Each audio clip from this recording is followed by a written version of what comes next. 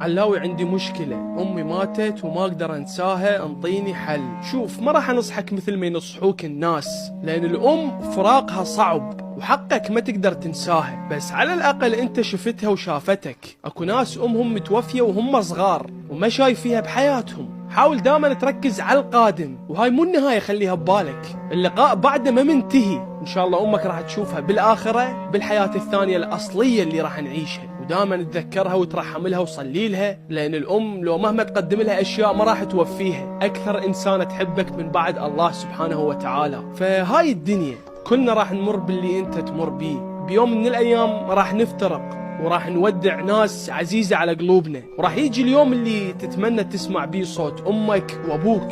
فحاول تتقرب منهم إذا هم بعدهم عايشين، اشبع منهم ولا تأذيهم. ونصيحة، سجل صوتهم لأن راح تحتاجه بالمستقبل. هي هاي الدنيا.